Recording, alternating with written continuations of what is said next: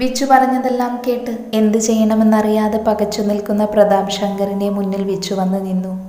അയാൾ ഒരു പകപ്പോട് അവനെ തല ഉയർത്തി നോക്കിയതും അവന്റെ ബലിഷ്ഠമായ കൈ അയാളുടെ മുഖത്ത് പതിഞ്ഞിരുന്നു. കവിളിൽ കൈവച്ച് പേടിയോടെ അയാൾ വിച്ചുവിനെ നോക്കി. ഇത് ഇത്രയും നാൾ നല്ലവനായി നിന്ന് എന്നെയും എൻ്റെ അമ്മയെയും ചതിച്ചതിന്, എൻ്റെ അനുവിനെ എന്നിൽ നിന്ന് അകറ്റാൻ ശ്രമിച്ചതിന്, ബാക്കിയുള്ളതിന് അതിനർഹതപ്പെട്ടവർ തരും.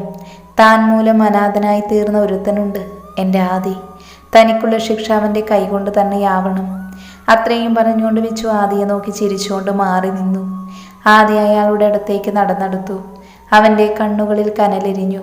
അവൻ്റെ മുഖഭാവം കണ്ട അയാൾ പേടിയോടെ പുറകോട്ട് പോയി. പുറകോട്ട് നടന്ന അയാൾ ആരെയോ തട്ടി നിന്നു. അങ്കലാപ്പോടെ തിരിഞ്ഞു നിന്ന് അയാൾ കണ്ടു ദേഷ്യത്തോടെ നിൽക്കുന്ന അബിയെ. അപ്പോഴേക്കും ആദി അയാളുടെ അടുത്തെത്തിയിരുന്നു. അയാളുടെ കോളറിൽ പിടിച്ചവൻ തന്നോട് അടുപ്പിച്ചു. അയാൾ പേടിയോടെ ചുറ്റും നോക്കി. അവർക്ക് ചുറ്റും മറ്റുള്ളവർ നിരന്നു നിന്നിരുന്നു. എല്ലാവരുടെയും മുഖം ദേഷ്യം കൊണ്ട് വിറയ്ക്കുന്നുണ്ടായിരുന്നു. ഇനി തനിക്ക് രക്ഷയില്ലെന്ന് മനസ്സിലാക്കിയതും അയാൾ അവസാന ശ്രമമൊന്നോണം നിസ്സഹായതയോടെ ആദിയെ നോക്കി. മോനെ ആദി, എന്നെ ഒന്നും ചെയ്യരുത്, എന്നെ വെറുതെ വിടണം. അയാൾ തൊഴുകയോടെ ആദിയെ നോക്കി പറഞ്ഞു. വെറുതെ വിടാനോ? തന്നെയോ? ഇതുപോലെ തന്നെയല്ലേ ഒരു തെറ്റും ചെയ്യാത്ത എൻ്റെ അച്ഛനും അമ്മയും പ്രാണന് വേണ്ടി തന്നോട് കേണത്? നിസ്സഹായതയോടെ എൻ്റെ കുഞ്ഞു പെങ്ങൾ അവളുടെ മാനത്തിന് വേണ്ടി യാചിച്ചത്. എന്നിട്ട് താൻ എന്താ അവരോട് ചെയ്തത്? കൊന്നുകളഞ്ഞില്ലേ താൻ? യാതൊരുവിധ ദയയും കാണിക്കാതെ ക്രൂരമായി ഇല്ലാതാക്കിയില്ലേ താൻ അവരെ? അവസാനമായിട്ടൊരു നോക്ക് കാണാൻ പോലും എനിക്ക് കഴിയാതാക്കിയില്ലേ? ആ തന്നെ ഞാൻ വെറുതെ വിടണമല്ലേ? മരണത്തിൽ കുറഞ്ഞൊരു ശിക്ഷയും താൻ അർഹിക്കുന്നില്ല. ചാവും താൻ. എൻ്റെ കുടുംബം അനുഭവിച്ച ഓരോ വേദനയും താനും അനുഭവിക്കും. അത് പറഞ്ഞ് ആദ്യം അയാളെ ശക്തമായി പിന്നിലേക്ക് തള്ളി. പുറകിലേക്ക് വീഴാൻ പോയ അയാളെ അജു താങ്ങി വീണ്ടും ആദിക്ക് നേരെ നിർത്തി. ആദി അയാളുടെ നെഞ്ചിൽ ആഞ്ഞു ചവിട്ടി. പിന്നീട് അങ്ങോട്ട് ആദിയുടെ താണ്ഡവമായിരുന്നു. സംഹാരരൂപിയായി സാക്ഷാൽ ആദീശ്വരനെ പോലെ ആദിയുടെ ഓരോ പ്രഹരവും പ്രതാപ് ശങ്കറിൻ്റെ ദേഹത്ത് വീണുകൊണ്ടിരുന്നു. ഒരിറ്റ് കരുണ പോലും അവനപ്പോൾ അയാളോട് തോന്നിയില്ല. ഒരു നോക്ക് കാണാൻ പറ്റാതെ പോയ തൻ്റെ മാതാപിതാക്കളുടെയും അനിയത്തിയുടെയും മുഖമായിരുന്നു അവൻ്റെ മനസ്സ് നിറയെ. ആദിയോടൊപ്പം തന്നെ മറ്റുള്ളവരും അയാളെ ശരിക്കു പെരുമാറി. ഓരോ തവണ അബിയുടെ കൈ അയാളുടെ ശരീരത്ത് പതിക്കുമ്പോഴും തനിക്ക് നഷ്ടമായ തൻ്റെ പ്രണയത്തെ ഓർത്ത് നീറുകയായിരുന്നു അവൻ്റെ മനസ്സ്. തൻ്റെ ദേവു അനുഭവിച്ചിട്ടുള്ള വേദന മനസ്സിലേക്ക് ഓടി വരും തോറും അവൻ്റെ ദേഷ്യം ആളിക്കത്തി. അജുവിൻ്റെയും എബിയുടെയും സിദ്ധുവിൻ്റെയും അവസ്ഥയും മറിച്ചായിരുന്നില്ല. ഗൗരിയിൽ നിന്നും അറിഞ്ഞ കഥകളിലൂടെ അവർക്കും പ്രിയപ്പെട്ടതായിരുന്നു ആ അച്ഛനും അമ്മയും ആ അനിയത്തിക്കുട്ടിയും. അത് തങ്ങളുടെ കൂട്ടുകാരൻ്റെ കുടുംബമായിരുന്നു എന്ന് തിരിച്ചറിഞ്ഞപ്പോൾ അവർക്കുണ്ടായ ദുരന്തത്തിന് കാരണക്കാരനായവനെ ഇതുപോലെ ചവിട്ടി മെതിക്കാൻ അവരും ഒരുപാട് ആഗ്രഹിച്ചിരുന്നു. വിച്ചു എല്ലാം കണ്ടുകൊണ്ട് മാറി നിന്നു. അവൻ്റെ മുഖത്ത് പുച്ഛമായിരുന്നു. സ്വന്തം അച്ഛനെന്ന് കരുതി സ്നേഹിച്ചതും വിശ്വസിച്ചതും ഇതുപോലൊരു നീചനെയാണെന്നോർത്ത് അവനോട് തന്നെ വെറുപ്പ് തോന്നുന്നുണ്ടായിരുന്നു. എങ്കിലും വേദന കൊണ്ടുള്ള അയാളുടെ ഓരോ വിളികളും അവൻ്റെ ഹൃദയത്തെ തണുപ്പിക്കുന്നുണ്ടായിരുന്നു. ആദിയുടെയും കൂട്ടരുടെയും പ്രഹരങ്ങളേറ്റ് പ്രതാപ് ശങ്കർ തളർന്നു. മുഖത്ത് പല ഭാഗത്തു നിന്നും രക്തമൊഴുകാൻ തുടങ്ങി. കൈക്കാലുകൾ ആദി ചവിട്ടി ഒടിച്ചു. നിലത്തു നിവർന്നു നിൽക്കാനാവാതെ തളർന്നു വീണ അയാളെ ആദി ഷർട്ടിൽ പിടിച്ചെണീപ്പിച്ചു. നേരെ നിൽക്കാൻ അയാൾക്ക് പറ്റുന്നുണ്ടായിരുന്നില്ല. അവൻ അയാളെ വലിച്ചിഴിച്ചുകൊണ്ട് എല്ലാം കണ്ടു മാറി നിൽക്കുന്ന ഗൗരിയുടെ മുന്നിലെത്തി. അയാളുടെ അവസ്ഥ കണ്ട് അവളുടെ കണ്ണുകളിൽ വിജയിച്ചിരി വിരിഞ്ഞു. ഒരു തരം ഭ്രാന്തമായ പകയോടെ അവൾ അയാളെ നോക്കി. അയാളുടെ ഓരോ നിലവിളികളും അവളെ കൂടുതൽ ഉന്മാദയാക്കി. കൺമുന്നിൽ രക്തത്തിൽ കുളിച്ചു കിടന്ന അവളുടെ പപ്പയുടെയും മായമ്മയുടെയും ദേവുവിൻ്റെയും മുഖങ്ങളായിരുന്നു. നിനക്ക് തന്ന വാക്ക് ഞാനിതാ പാലിക്കുന്നു ഗൗരി. നിന്റെ പ്രിയപ്പെട്ടവരെ നിന്നിൽ നിന്നകറ്റിയ ആരെ ഇല്ലാതാക്കാനാണോ നീ ഈ നഗരത്തിൽ കാലുകുത്തിയത്? അയാളെ ഇതാ നിന്റെ മുന്നിൽ നിർത്തിയിരിക്കുന്നു. എന്തു വേണമെങ്കിലും നിനക്ക് ചെയ്യാം. ആയുസ് മാത്രം ബാക്കി വെക്കണം. അതെനിക്ക് തന്നെ എടുക്കണം. ആദി വീറോടെ പറഞ്ഞു നിർത്തിയതും ഗൗരിയുടെ കൈകൾ അയാളുടെ കവിളിൽ ആഞ്ഞു പതിച്ചിരുന്നു. അവളുടെ പകയും ദേഷ്യവും സങ്കടവുമെല്ലാം അയാളിൽ അവൾ തീർത്തു. ഒടുവിൽ അടികൊണ്ട് അവശനായി അയാൾ താഴേക്ക് പതിച്ചു. വെള്ളം. ഒരിറ്റ് വെള്ളത്തിനായി അയാൾ കേണു. നിലവിളിക്കാൻ പോലും കഴിയാതെ അയാൾ അവശനായിരുന്നു. ആദി ചുറ്റുമൊന്ന് നോക്കി. ഒരു മൂലയ്ക്ക് മാറിക്കിടക്കുന്ന ഇരുമ്പ് ദണ്ടിൽ അവൻ്റെ ദൃഷ്ടി പതിഞ്ഞു. അവൻ അതെടുക്കാനായി മുതിരും മുന്നേ അവൻ്റെ ദൃഷ്ടി പിന്തുടർന്ന് വെച്ചു അത് കയ്യിലെടുത്തിരുന്നു. ഒരു തരം പുച്ഛത്തോടെ നിലത്ത് കിടക്കുന്ന പ്രതാപ് ശങ്കറിനെ നോക്കിയ ശേഷം ഒരു പുഞ്ചിരിയോടെ വിച്ചു അത് ആദിക്ക് നേരെ എറിഞ്ഞു. അതേ ചിരിയോടെ തന്നെ ആദ്യ അത് ക്യാച്ച് ചെയ്തു. അവൻ ആ ഇരുപതണ്ടുമായി പ്രതാപ് ശങ്കറിന്റെ അടുത്തെത്തി. അവൻ ഗൗരിയെ ഒന്ന് നോക്കി. കൊല്ല്. അവളുടെ കണ്ണുകൾ അവനോട് മന്ത്രിച്ചു. അവൻ ആ ഇരുപതണ്ട് അയാളുടെ തലയ്ക്ക് നേരെ ആഞ്ഞു വീശി. ആദി. ശിവൻ അവന്റെ കൈകളെ തടഞ്ഞു. വിട് ശിവേട്ട, എനിക്ക് കൊള്ളണം ഇയാളെ, വിടന്നേ. ആദി ശിവന്റെ കൈകളെ വിടുവിക്കാൻ ശ്രമിച്ചു. ഇല്ലാതെ, ഇയാളെ പോലൊരുത്തനെ കൊന്നിട്ടില്ലാതാക്കാനുള്ളതല്ല നിന്റെ ജീവിതം. ഇയാളെ എനിക്ക് വിട്ടു തന്നേക്ക്. ഇല്ല ശിവേട്ട, നിയമത്തിന്റെ പഴുതിലൂടെ രക്ഷപ്പെടാൻ ഇയാളെ ഞാൻ അനുവദിക്കില്ല. മരണത്തിൽ കുറഞ്ഞ ഒരു ശിക്ഷയും ഇയാൾ അർഹിക്കുന്നില്ല. അതിന് ഇയാളെ നിയമത്തിന് വിട്ടുകൊടുക്കുന്നത് ആര് പറഞ്ഞു? എനിക്കറിയാം, ഇയാളെ പോലുള്ളവർ തൻ്റെ സ്വാധീനം ഉപയോഗിച്ച് നിയമത്തിൽ നിന്ന് രക്ഷപ്പെടുക തന്നെ ചെയ്യും. പക്ഷേ ഇയാളെ പോലൊരുതിൻ്റെ രക്തക്കറ നിന്റെ കയ്യിൽ പതിയരുത്. ശിവേട്ടൻ പറയുന്നത് ശരിയാണ് ആദി. മരണം ഇയാൾക്കുള്ള രക്ഷപ്പെടലാണ്. അനുഭവിക്കണം. ഇഞ്ചിഞ്ചായി നരകിച്ചു വേണം ഇയാൾ തീരാൻ. അതേ ആദി, ഒന്ന് നിവർന്നു നിൽക്കാൻ പോലും ആവാതെ നരകിക്കണം ഇയാള്. എല്ലാവരും നിർബന്ധിച്ച് ആദിയെ സമാധാനിപ്പിച്ചു. ശിവന്റെ സഹായത്തോടെ പ്രതാപ് ശങ്കറിനെ അവർ ഒരു തെരുവിൽ ഉപേക്ഷിച്ചു. ഒരു മനുഷ്യൻ കുഞ്ഞു പോലും തിരിഞ്ഞു നോക്കാനില്ലാതെ അയാൾ അവിടെ കിടന്ന് ആർത്തു നിലവിളിച്ചു. പ്രതാപ് ശങ്കറിനെ തെരുവിൽ ഉപേക്ഷിച്ച് എല്ലാവരും ആദിയുടെ വീട്ടിലേക്കാണ് പോയത്. ശിവൻ പ്രതാപ് ശങ്കറിന്റെ ഗുണ്ടകളെയെല്ലാം അറസ്റ്റ് ചെയ്തു. ആദിയും ഗൗരിയും എന്തെന്നില്ലാത്ത ആശ്വാസത്തിലായിരുന്നു. തങ്ങളുടെ ശത്രുവിന്റെ പതനത്തിൽ അവർ രണ്ടുപേരും മനസ്സറിഞ്ഞ് സന്തോഷിച്ചു. അന്നത്തെ ദിവസം എല്ലാവരും അവിടെ തന്നെ തങ്ങി. പിറ്റേ ദിവസം വരെ വളരെ സന്തോഷത്തോടെയാണ് ഗൗരി എണീറ്റത്. അവളുടെ മനസ്സ് ശാന്തമായിരുന്നു. ഫ്രഷായി അവൾ ഹാളിലേക്ക് വന്നു. ആരും എഴുന്നേറ്റിട്ടില്ലെന്ന് അവൾക്ക് മനസ്സിലായി. അവൾ നേരെ കിച്ചണിലേക്ക് ചെന്നു. ജോസഫേട്ടൻ ചായ ഫ്ലാസ്കിലേക്ക് പകരുവാണ്. Good morning ജോസഫേട്ട. അവൾ ചിരിയോടെ അയാളുടെ അടുത്തേക്ക് ചെന്നു. ശബ്ദം കേട്ട് അയാൾ തിരിഞ്ഞു നോക്കി.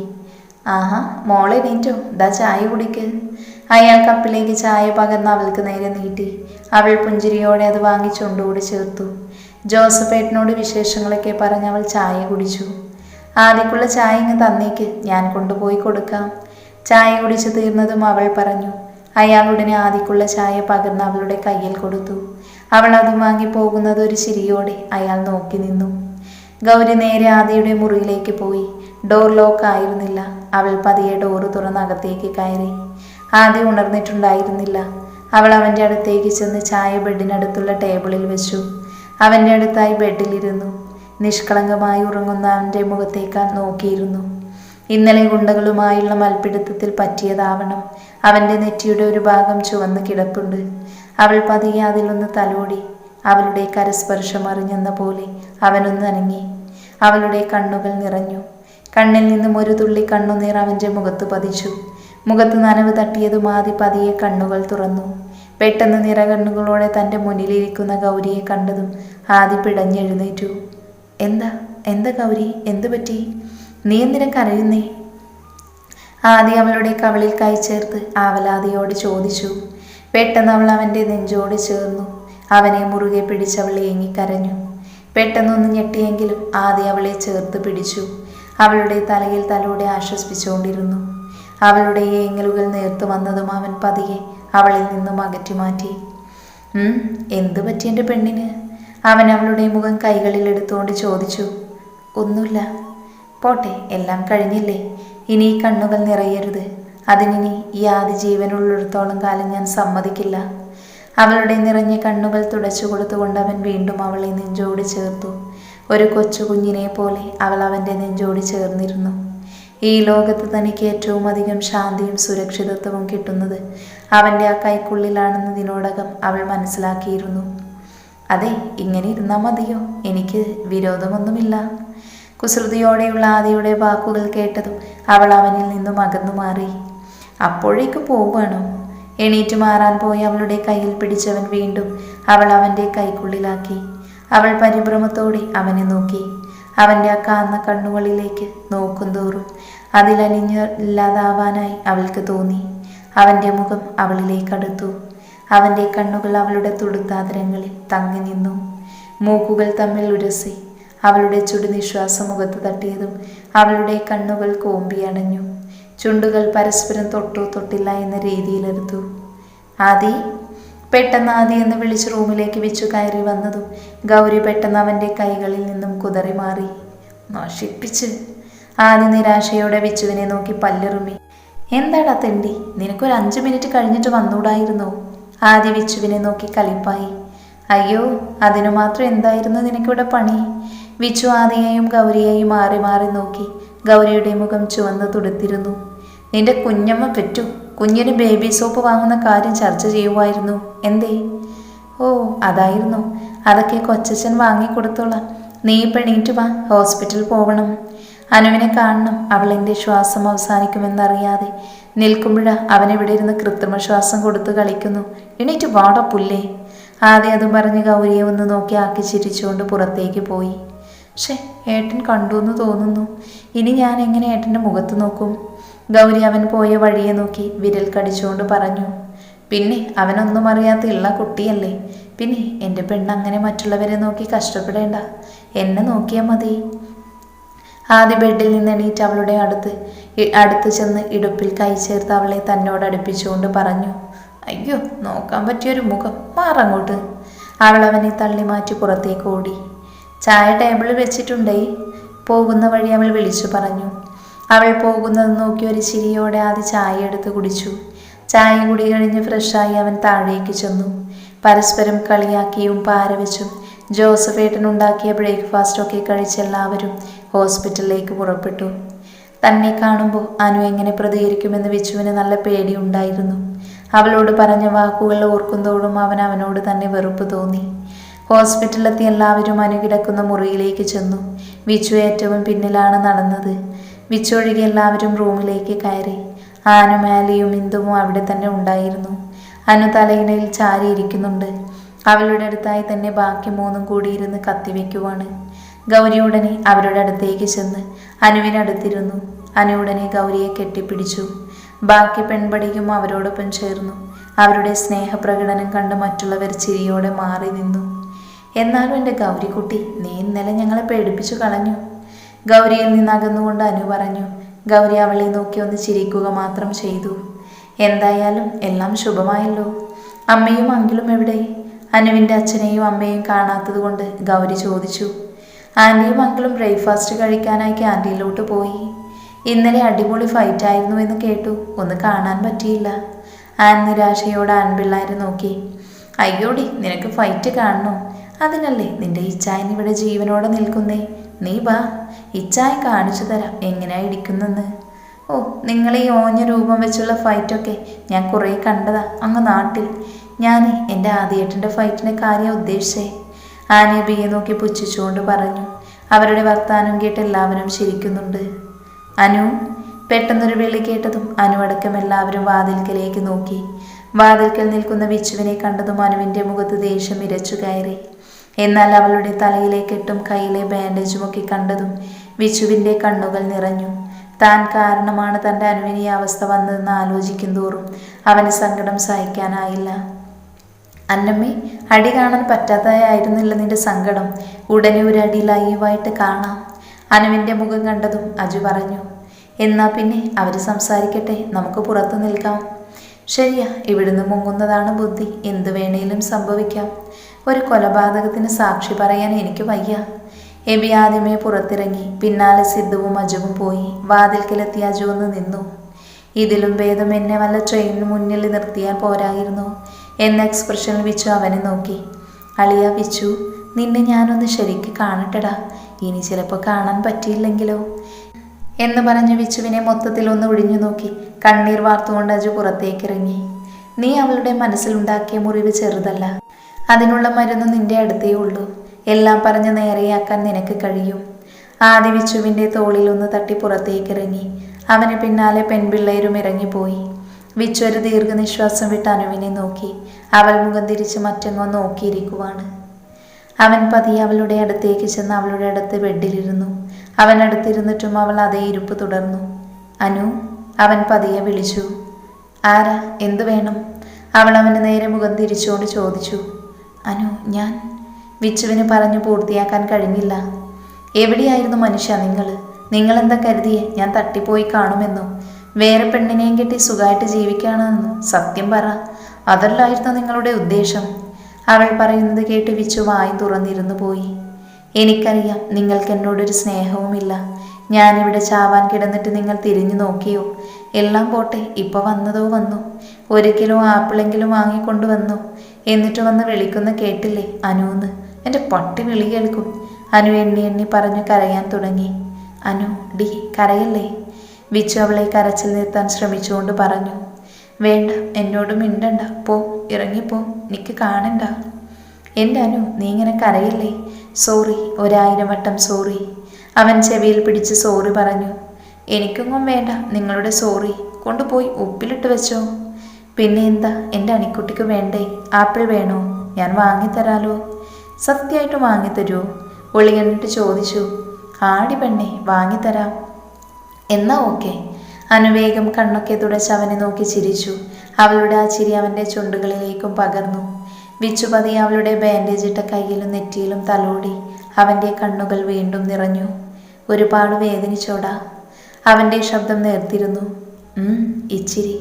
പക്ഷേ അതിലും കൂടുതൽ വേദനിച്ചത് വിച്ചുവേട്ടൻ എന്നെ ഇനി കാണണ്ടെന്ന് പറഞ്ഞപ്പോഴാ. അവളത് പറഞ്ഞതും അവനെ പൂണ്ടടക്കം കെട്ടിപ്പിടിച്ചു. സോറി, സോറി മോളെ. ഞാൻ അപ്പോഴത്തെ ദേഷ്യത്തിലും വിഷമത്തിലും പറഞ്ഞു പോയതാടാ, സോറി. അവൻ്റെ കണ്ണുനീർ അവളുടെ പിൻകഴുത്തിൽ പതിച്ചു. സാരമില്ല വിച്ചുവേട്ട, എനിക്കറിയാലോ എൻ്റെ വിച്ചുവേട്ടന് എന്നോട് ഒരുപാട് ഇഷ്ടമുണ്ടെന്ന്. അവൾ അവനിൽ നിന്നും അകന്നു മാറി. അവളുടെ മുഖമെല്ലാം ചുംബനങ്ങൾ കൊണ്ട് മൂടി. രണ്ടുപേരുടെയും കണ്ണുകൾ നിറഞ്ഞൊഴുകുന്നുണ്ടായിരുന്നു. അതെ, ഞങ്ങൾക്ക് അങ്ങോട്ട് വരാമോ? പെട്ടെന്ന് പിന്നിൽ നിന്നും ശബ്ദം കേട്ടതും രണ്ടാളും തിരിഞ്ഞു നോക്കി. അപ്പതേ ഇളിച്ചുകൊണ്ട് നിൽക്കുന്നു എല്ലാവരും. എന്നാലും ഒരു മുട്ടനടി പ്രതീക്ഷിച്ച് ഒളിഞ്ഞു നോക്കിയതാ. അപ്പ ഇവിടെ കണ്ണീർ പരമ്പര, എബി പറഞ്ഞു. അത് കേട്ട് വിച്ചുവും അനുവും പരസ്പരം നോക്കി ചിരിച്ചു. എന്നാലും നിന്നിൽ നിന്ന് ഞാനിത് പ്രതീക്ഷിച്ചില്ല പാർട്ണർ. നീ മിനിമം ഇവൻ്റെ നടുമ്പുറം നോക്കിന്ന് കൊടുക്കുകയെങ്കിലും ചെയ്യുമെന്ന് ഞാൻ പ്രതീക്ഷിച്ചു. എനിക്കടി കിട്ടാഞ്ഞിട്ട് അവനെന്ത് സങ്കടമെന്ന് നോക്കണേ. അക്കാര്യത്തിൽ എൻ്റെ മോന് പേടിക്കേണ്ട. അവൾ തന്നില്ലേലും നിനക്കിട്ട് ഒരെണ്ണം ഞാൻ ഓങ്ങി വെച്ചതാ. അന്ന് ഇവളുടെ ആക്സിഡന്റ് പറയാൻ വിളിച്ചപ്പോൾ നീ പറഞ്ഞ വർത്താനത്തിന് അന്ന് നിന്നെ എൻ്റെ കയ്യിൽ കിട്ടിയിരുന്നേലേ നീയും കിടന്നേനെ ഇതുപോലെ. അജു കലിപ്പായി പറഞ്ഞതും വിച്ചു അവനെ നോക്കി ഇളിച്ചു കാണിച്ചു. അത് പറഞ്ഞപ്പോഴാ ഓർത്തേ, സത്യമെല്ലാം അറിഞ്ഞിട്ടും നീ എന്താ ഇവളെ കാണാൻ വരാഞ്ഞേ? ഞാൻ പറഞ്ഞിട്ട്. പെട്ടെന്ന് ആദി പറഞ്ഞതും എല്ലാവരും അത്ഭുതത്തോടെ അവനെ നോക്കി. അനുവിൻ്റെ കൂർത്തുനോട്ടം കണ്ടതും ആദ്യം ഒരു ചിരിയോടെ വിച്ചുവിനെ നോക്കി. അവനിലും അതേ പുഞ്ചിരി ഉണ്ടായിരുന്നു. നിങ്ങൾക്ക് ഓർമ്മയില്ലേ അന്ന് അനുവിന് ആക്സിഡൻ്റ് ആയ ദിവസം അവളെ റൂമിലേക്ക് മാറ്റിയ ശേഷം ഞാൻ പുറത്തേക്ക് പോയത്? ആദ്യ ചോദിച്ചതും എല്ലാവരും ആ ദിവസം ഓർത്തെടുത്തു. അത് നീ ഓഫീസിൽ എന്തോ ആവശ്യം വന്ന് പോയെന്നല്ലേ പറഞ്ഞേ? അത് ഞാൻ നിങ്ങളോട് കള്ളം പറഞ്ഞതാ. ഞാൻ അന്ന് പോയത് വിച്ചുവിനെ കാണാനായിരുന്നു. ആദ്യ പതിയെ ആ ദിവസത്തെ ഓർമ്മയിലേക്ക് പോയി. അന്ന് അനുവിനെ റൂമിലേക്ക് മാറ്റിയ ശേഷം അവൾക്കുള്ള മരുന്ന് വാങ്ങാനായി ഫാർമസിയിലേക്ക് പോയി തിരിച്ചു വരുമ്പോഴാണ് ആദിയുടെ ഫോൺ റിങ് ചെയ്തത്. എടുത്തു നോക്കിയപ്പോൾ രേവതി അമ്മയായിരുന്നു. അമ്മ വീട്ടിലുണ്ടായ എല്ലാ കാര്യങ്ങളും ആദിയോട് പറഞ്ഞു. പ്രതാപ് ശങ്കറിൻ്റെ എല്ലാ സത്യങ്ങളും വിച്ചു തിരിച്ചറിഞ്ഞെന്നും അവൻ വീട്ടിൽ നിന്നും ഇറങ്ങിപ്പോയെന്നും അമ്മ ആദിയോട് പറഞ്ഞു. ആദി അവനെയും കൂട്ടി വീട്ടിലേക്ക് വരാമെന്ന് പറഞ്ഞ് ഫോൺ വെച്ചു. നിങ്ങളോട് ഓഫീസിലേക്കെന്ന് പറഞ്ഞ് ഞാൻ പോയത് ഇവനെ കാണാനാണ്. ഇവൻ എവിടെ ഉണ്ടാകുമെന്ന് എനിക്കറിയാമായിരുന്നു. ഒരുപാട് സങ്കടങ്ങൾ വരുമ്പോൾ ഇവൻ ആദ്യം പോകുന്ന സ്ഥലത്തേക്ക് തന്നെ ഞാൻ പോയി. വിച്ചു അവിടെ തന്നെ ഉണ്ടാകുമെന്ന് എനിക്കറിയാമായിരുന്നു. ബീച്ചിലെത്തിയ ആദി അവനെ അവിടെ ഒക്കെ തിരക്കി. ആദിയുടെ പ്രതീക്ഷ ശരിയായിരുന്നു. വീശിയടിക്കുന്ന തിരമാലകളിലേക്ക് ഉറ്റുനോക്കിക്കൊണ്ട് ഒരു പ്രതിമ പോലെ നിന്ന് വിച്ചുവിൻ്റെ അടുത്തേക്ക് ആദി പോയി. വിച്ചുവിൻ്റെ പുറകിലൂടെ ചെന്ന് ആദി അവൻ്റെ തോളിൽ കൈവച്ചു. വിച്ചു തിരിഞ്ഞു നോക്കി. ആദി അവിടെ കണ്ട വിച്ചു ഒരു നിമിഷം ഞെട്ടിയെങ്കിലും അടുത്ത നിമിഷം തന്നെ വിച്ചു ആദിയെ കെട്ടിപ്പിടിച്ചു. അവൻ്റെ മനസ്സിലെ സംഘർഷം മനസ്സിലായതുപോലെ ആദി അവനെ ആശ്വസിപ്പിച്ചുകൊണ്ടിരുന്നു. ആദി, ഡാഡ് ഒരു വിച്ചു പറഞ്ഞു പൂർത്തിയാക്കുവാൻ കഴിയുന്നുണ്ടായിരുന്നില്ല. ഞാൻ അറിഞ്ഞു, നീ ഒന്ന് റിലാക്സ് ആവ്. വിച്ചു ആദിയെ കെട്ടിപ്പിടിച്ച് കുറെ കരഞ്ഞു. ഒന്ന് റിലാക്സ് ആയതും അവൻ ആദിയിൽ നിന്ന് അകന്നു മാറി. അവൻ്റെ കൈകൾ രണ്ടും കൂട്ടിപ്പിടിച്ചു. സോറി ആദി, ആ മനുഷ്യന് വേണ്ടി ഞാൻ നിന്നോട് എന്തൊക്കെയോ പറഞ്ഞു. എന്നോട് ക്ഷമിക്കടാ. നീ ഇതെന്താടാ പറയുന്നേ? നിന്റെ സ്ഥാനത്ത് ഞാനാണെങ്കിലോ അപ്പോൾ അങ്ങനെയേ പ്രതികരിക്കൂ.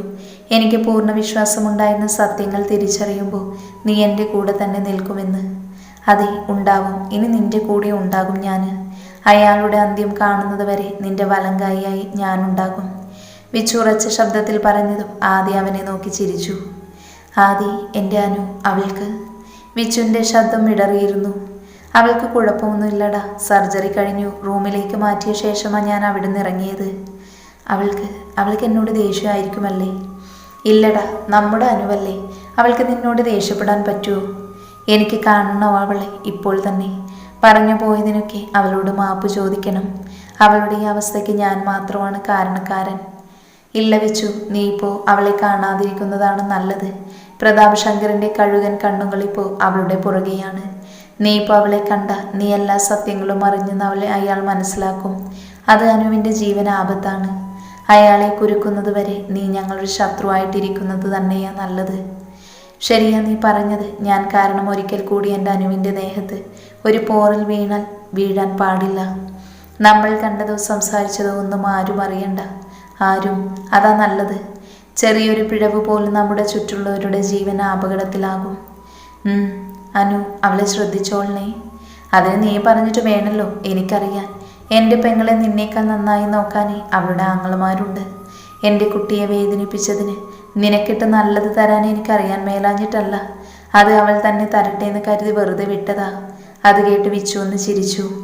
എന്നാൽ നീ വീട്ടിലേക്ക് ചെല്ല്. അമ്മ നിന്നെ കാണാതെ വിഷമിക്കുന്നുണ്ടാവും. ഞാൻ വിളിക്കാം നിന്നെ. ശരിയടാ, നീ ഹോസ്പിറ്റലിലെത്തിയ ഉടനെ വിളിക്കണം. വിച്ചു ചിരിച്ചുകൊണ്ട് ഒരിക്കൽ കൂടെ ആദിയെ കെട്ടിപ്പിടിച്ചു. ആദിയും അവൻ്റെ വിച്ചുവിനെ തന്നെ ചേർത്തു പിടിച്ചു. വിച്ചു വീട്ടിലേക്കും ആദി ഹോസ്പിറ്റലിലേക്കും മടങ്ങി. ആദിയെല്ലാം പറഞ്ഞു നിർത്തി എല്ലാവരെയും നോക്കി.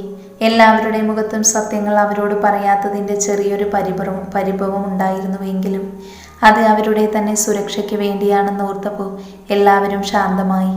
അന്ന് ഗൗരി മിസ്സിംഗ് ആയതറിഞ്ഞപ്പോൾ തന്നെ ആദി എന്നെ വിളിച്ചിരുന്നു.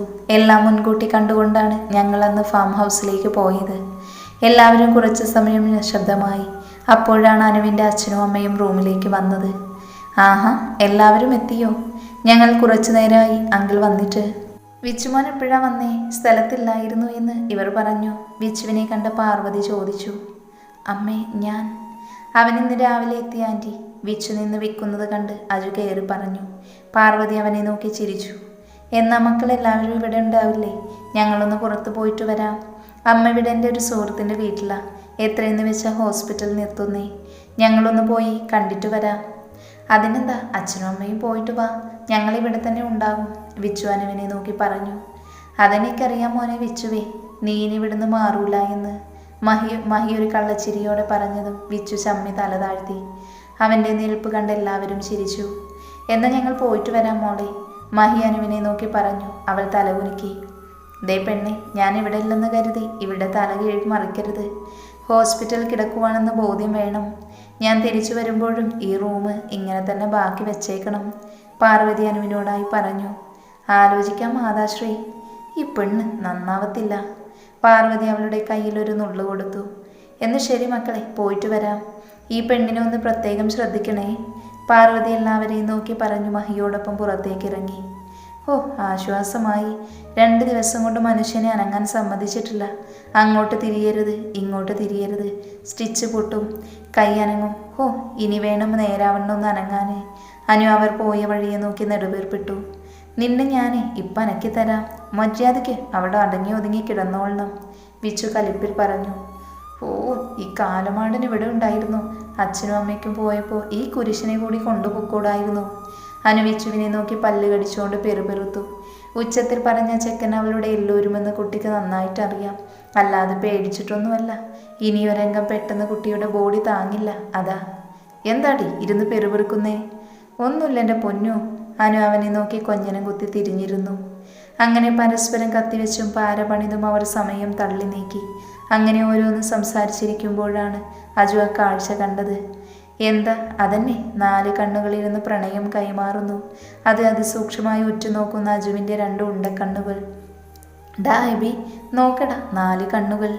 അജു അടുത്തിരുന്ന് എബിയെ തോണ്ടി. എന്നതാ കണ്ണോ? എവിടെ? ആരുടെ? ഇവിടുത്തെ നഴ്സുമാരാണോ? ഞാൻ കണ്ടില്ല. എവിടെടാ?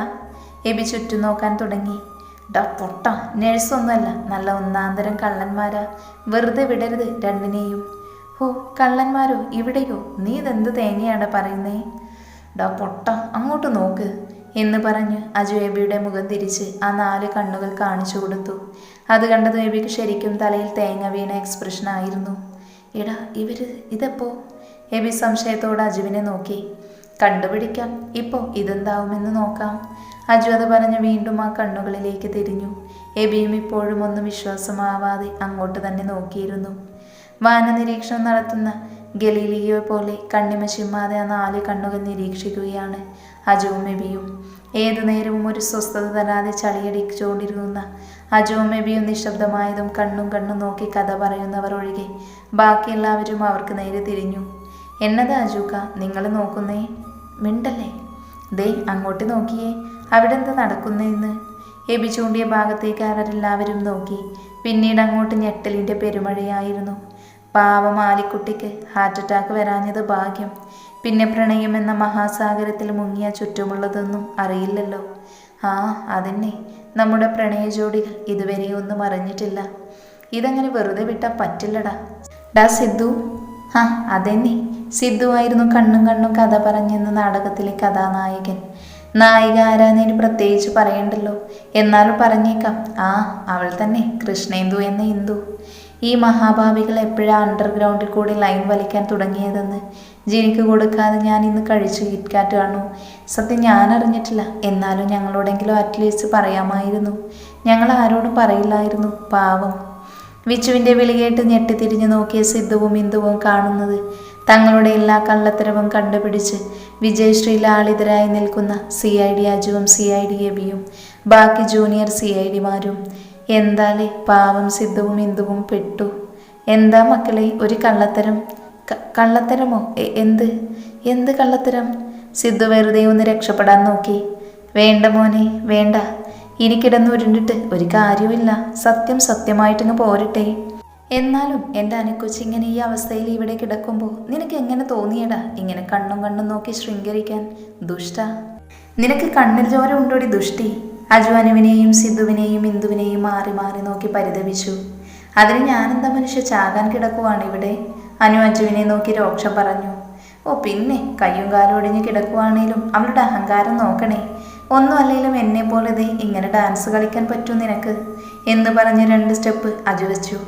നീ പോട കാട്ടുകോഴി, നീ പോടി കുളക്കോഴി, നീ ഓ ഒന്ന് നിർത്തുന്നുണ്ടോ രണ്ടും? ഇനി രണ്ടും വാതുറന്നാലേ വായ്ക്കകത്ത് ഞാൻ ഗ്രീസ് ഒഴിക്കും. ആദ്യ കലിപ്പായതും അജുവും മനുവും പരസ്പരം നോക്കി പുച്ഛിച്ചുകൊണ്ട് മുഖം തിരിച്ചു. ആ ഇനി നിങ്ങൾ പറ, ഇതൊക്കെ എപ്പോ, എങ്ങനെ, എവിടെ വെച്ച്? എല്ലാം പോരട്ടെ. എബി വീണ്ടും സിദ്ധുവിനെയും ഇന്ദുവിനെയും നോക്കി തിരിഞ്ഞു. അവർ 2 പേരും എന്തു പറയണമെന്നറിയാതെ പരസ്പരം നോക്കി. ഡി ഇന്ദു പറ, ഇതെന്താ സംഭവം? ഗൗരി അതുവരെ ചമ്മി നിന്ന് ഇന്ദു എല്ലാവരെയും നോക്കി ഒന്ന് വിളിച്ചു. ആഹാ എന്താ അവളുടെ ഇളി? ഇന്ന് നിളിക്കാതെ കാര്യം പറയടി കോപ്പേ. അത് പിന്നെ ഞാനും സിദ്ധുവേട്ടനും തമ്മിൽ ഇഷ്ടത്തില്ല. ഇന്ദുവിൻ്റെ മുഖം നാണം കൊണ്ട് താഴ്ന്നു. അതി പാപി, ഒരു വാക്ക് നീ എന്നോട് പറഞ്ഞില്ലല്ലോ. ആലി സങ്കടപ്പെട്ടു. ആലി ഞാൻ വേണ്ട, നീ ഇനിയൊന്നും പറയണ്ട, എനിക്കൊന്നും കേൾക്കുകയും വേണ്ട. ആലി അത് പറഞ്ഞ് മുഖം തിരിച്ചു. അവൾക്ക് നല്ല വിഷമുണ്ടായിരുന്നു. ഊണിലും ഉറക്കത്തിലും കൂടെ നിന്നിട്ട് ഇത്രയും വലിയൊരു കാര്യം ഇന്ദു മറച്ചു വെച്ചതിൽ. ആലി പറഞ്ഞത് കേട്ട് ഇന്ദുവിനും സങ്കടമായി. അവൾ നിസ്സഹായയായി എല്ലാവരെയും നോക്കി അവസാനം ആ നോട്ടം സിദ്ധുവിലെത്തി നിന്നു. അവനൊന്നുമില്ലെന്ന് കണ്ണടച്ച് കാണിച്ചു. ആലി മനഃപൂർവ്വമല്ല അവൾ മറച്ചു വെച്ചത്. നിനക്കറിയായിരുന്നതല്ലേ ഇവളുടെ വീട്ടിലെ കാര്യങ്ങൾ. ഇവൾക്ക് ഇങ്ങനെ ഒരു റിലേഷൻ ഉണ്ടെന്നറിഞ്ഞ പട്ടാളക്കാരനായ അച്ഛൻ എന്താ പ്രവർത്തിക്കുകയെന്ന് നിനക്കറിയാലോ. ഭാവി മരുമോനാണെന്ന് പോലും നോക്കൂല. അങ്ങേരുടെ തോക്കിൽ ആദ്യത്തെ വെടി എൻ്റെ നെഞ്ചത്തോട്ടാവും. അതുകൊണ്ടാണ് ഒന്നും പറയാതിരുന്നേ. പിന്നെ നിങ്ങളോടെല്ലാം തുറന്നു പറയാനിരുന്നതാ. അപ്പോഴല്ലേ ഈ പ്രശ്നങ്ങളൊക്കെ ഉണ്ടായേ. സിദ്ധു പറഞ്ഞു നിർത്തി. ഞാൻ പറഞ്ഞു കൊടുക്കും പട്ടാളച്ചനോട്. ആലി വീണ്ടും പുച്ഛിച്ചു മുഖം തിരിച്ചു. എൻ്റെ പൊന്നു പെങ്ങളെ ചതിക്കല്ല നീ. സിദ്ധു അവൾക്ക് നേരെ കൈകൂപ്പി. ആ മതി, ഇപ്പോഴത്തേക്ക് ക്ഷമിച്ചിരിക്കുന്നു. എന്നാലും മിണ്ടാപ്പൂച്ചയെ പോലെ നടന്ന എൻ്റെ ഇന്ദു കൊച്ചിനെ നിങ്ങൾ വഴിതെറ്റിച്ചല്ലോ മനുഷ്യ. ആലി സിദ്ധുവിൻ്റെ വയറ്റിലൊരു കുത്തുകൊടുത്തു. സിദ്ധു അവളെ നോക്കി ചിരിച്ചു. ആലി പതിയെ ഇന്ദുവിൻ്റെ അടുത്തേക്ക് ചെന്നു. ഡീ കുരുപ്പേ, നിനക്ക് ഇങ്ങനെ കെട്ടണോ? ആലി ഇന്ദു ഒന്നും മിണ്ടാതെ തലകുനിച്ച് നിന്നതേ ഉള്ളൂ. ഡി നിന്നോടാ ചോദിച്ചേ, നിനക്ക് ഇങ്ങനെ കെട്ടണോ എന്ന്. പട്ടാളച്ചനോട് പറഞ്ഞു ഓക്കെ ആക്കണ്ടേ? കുറച്ച് മെനക്കേടേണ്ടി വരും. എന്നാലും അങ്ങേരുടെ ഈ ലീവ് മോള് പറഞ്ഞാൽ കേൾക്കുമായിരിക്കും ഇല്ലേ? ആലി കുസൃതിയോടെ ചോദിച്ചതും ഇന്ദു തല ഉയർത്തി ആലിയെ നോക്കി. അവളുടെ മുഖത്തെ കള്ളച്ചിരി കണ്ടതും ഇന്ദു അവളെ കെട്ടിപ്പിടിച്ചു. സോറി ആലി, ഞാൻ മനഃപൂർവ്വമല്ല. ഓ മതി മതി, ഇനി കരഞ്ഞു സീനാക്കണ്ട. എനിക്കൊരു വിഷമമില്ല, സന്തോഷം മാത്രമേ ഉള്ളൂ. ഇത്രയും നാൾ നീ ഇങ്ങനെ ഫ്രീ ബേർഡായി നടക്കുന്ന കുറച്ച് അസൂയ ഉണ്ടായിരുന്നു. ഇപ്പം അത് മാറിയല്ലോ, ഇനി നീയും അനുഭവിക്കടി. ആലി ചിരിച്ചുകൊണ്ട് പറഞ്ഞതും ഇന്ദുവും അവളുടെ കൂടെ ചിരിച്ചു. ആ ചിരി എല്ലാവരിലേക്കും പകർന്നു, ഒരാളൊഴിച്ച്. അങ്ങനെയെല്ലാം പറഞ്ഞു കോംപ്രമൈസ് ആക്കിയാൽ എങ്ങനെയാ?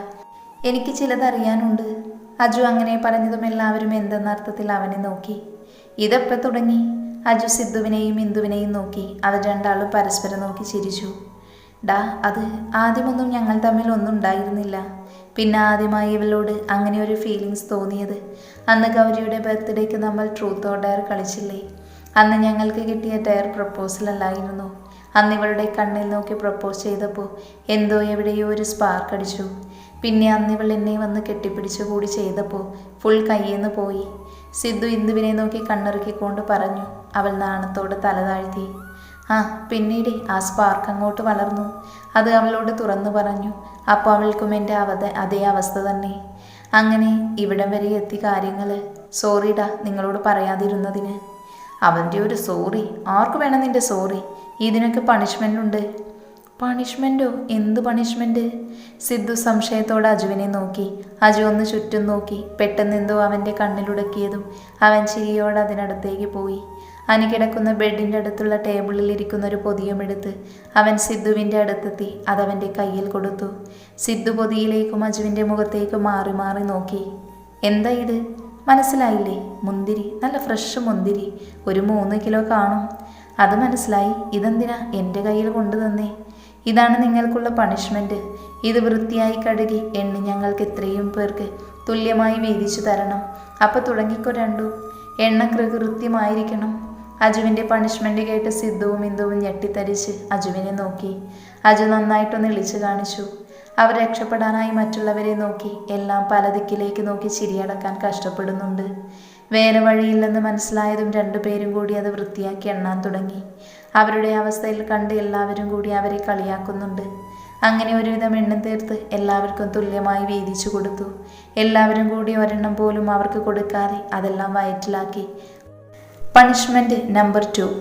അങ്ങനെ കളിച്ച് രസിച്ചിരിക്കുമ്പോഴാണ് പെട്ടെന്ന് ഡോറിൽ മുട്ടുന്ന സൗണ്ട് കേട്ടത്. എബി പോയി ഡോറ് തുറന്നു കൊടുത്തു. അബിയായിരുന്നു അത്. അവൻ രാവിലെ അവരുടെ കൂടെ വന്നിട്ടില്ലായിരുന്നു. അബി ചിരിച്ചുകൊണ്ട് അകത്തേക്ക് കയറി. എല്ലാവർക്കും ഒരു ഗുഡ് ന്യൂസ് ഉണ്ട്. അബി പറഞ്ഞതും എന്തെന്നറിയാൻ എല്ലാവരും അവനെ നോക്കി.